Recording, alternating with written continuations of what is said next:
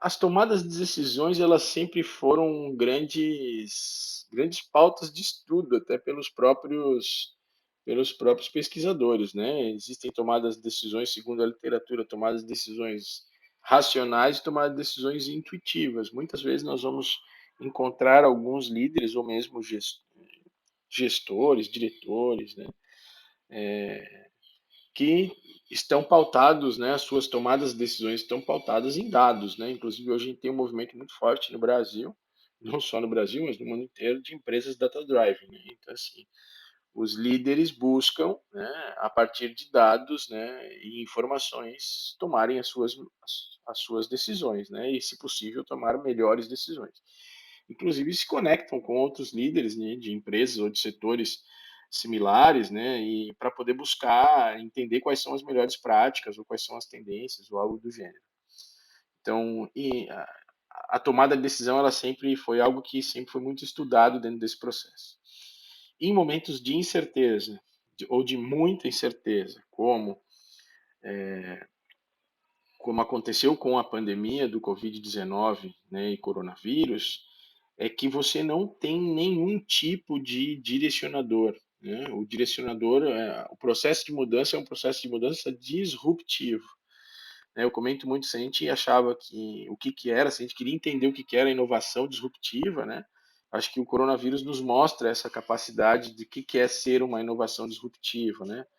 É algo que é extremamente viral, é algo que é extremamente capilarizado, é algo que é extremamente disruptivo, né? Que cria aí um caos generalizado. Então isso também foi gerado para, né, as lideranças e as empresas. Então a falta de direcionadores institucionais, governos, associações, organizações e uma série de outras situações que, infelizmente, no nosso país a gente teve mais acentuado do que em outros países, né, fez com que não soubéssemos para onde irmos, né, ou não soubéssemos o que pode acontecer amanhã. Tá? Porque os gestores hoje, né, de alguma forma, sejam eles de qualquer tipo e tamanho de empresas, eles estão muito em dúvida do que fazer. Fecha uma empresa, abre uma empresa, é lockdown parcial, é, quantos funcionários eu tenho, quantos funcionários eu vou ter, né, daqui a pouco, né? Quantos que os clientes vão continuar consumindo da mesma forma que consumiam antes. Então, o que a gente consegue prever, né? A gente está aí aqui nesse período, agora é março de 2021, nós estamos aí há um ano da pandemia, nós vimos que em algumas situações, algumas empresas não conseguiram se preparar e aí a tomada de decisão ela é muito afetada, tá? Muito afetada, principalmente pela relação das incertezas, do que virá.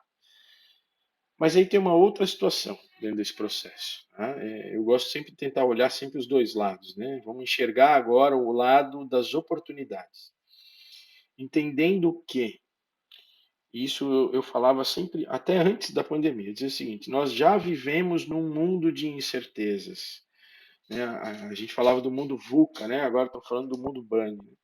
Então, assim, eu brinco que no Brasil ou em países em desenvolvimento, as pessoas já nasceram no mundo VUCA, já nasceram nesses ambientes de incerteza. Então, o que nós precisamos fazer, quanto empresas, quanto empreendedores, quanto pessoas, é como é que eu surfo nessas incertezas? Então, a gente está tendo ondas, como é que eu surfo essas ondas? Essas ondas que a gente está vendo do coronavírus, por mais que não seja nada bom o que aconteceu, pelo contrário, é uma tragédia o que tem acontecido no Brasil e no mundo.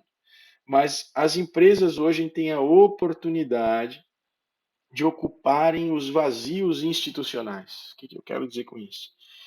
Se eu, como empresa, que estou um pouco mais estruturado ou que tenho uma capacidade empreendedora maior, né, e consigo inovar, ou mesmo consigo me agrupar com outras empresas para criar redes, e eu consigo identificar as lacunas de instituições ou de outras empresas que estão sendo deixadas no mercado, se eu tenho uma competência essencial, um core competence, ou outros tipos de competência, ou junto as minhas competências com outros com outros parceiros e crio redes, né? E aí eu potencializo as minhas competências e as dos outros também, eu acabo ocupando esses vazios que estão sendo deixados por organizações, por instituições. Então, isso acaba sendo uma oportunidade, né? Por quê? Porque sempre uma crise, independente de uma crise como essa que nós estamos vivendo, sempre uma crise, ela cria um certo caos, esse caos cria vazios, cria gaps, cria lacunas, e alguém precisa ocupar essas lacunas, até para que a gente possa criar um novo normal. Por isso que a gente chama de novo normal. Estou no normal, criou-se uma ruptura, por meio de uma crise ou não, né? Criou-se um caos, criou-se vazios, agora eu preciso redesenhar esses vazios que foram deixados por alguém. Por isso que a gente tem visto hoje no Brasil uma quantidade muito grande de investimentos na área da saúde, ou empresas investidas na área da saúde, porque a gente tem uma série de lacunas e vazios institucionais dentro desse processo. Então, há uma coisa que é bem interessante quando a gente fala de incertezas, mas eu tenho que olhar para essas incertezas e tentar enxergar oportunidades dentro das incertezas. Nós já vivemos um mundo de incertezas há bastante tempo, por isso que, né, no início dos anos 2000 foi cunhado o termo VUCA, né, volátil, incerto, ambíguo e complexo. E nos países, né, do mundo em desenvolvimento, isso é cada vez maior. Então, nós brasileiros, de alguma forma, inclusive, somos muito mais adaptáveis do que outros países em virtude dessa capacidade que nós temos de enxergar oportunidade dentro do caos. E para os empreendedores, isso não é uma coisa boa que eu vou falar, mas o caos, os problemas, é o melhor mundo para quem quer empreender, porque o empreendedor ele vive, né, para resolver problemas, para criar soluções e redução de problemas, né? E com essas soluções para determinados problemas, ele vai desenvolver os seus negócios, as suas atividades, sendo estas, né, com foco no lucro ou com foco no lucro mais impacto socioambiental.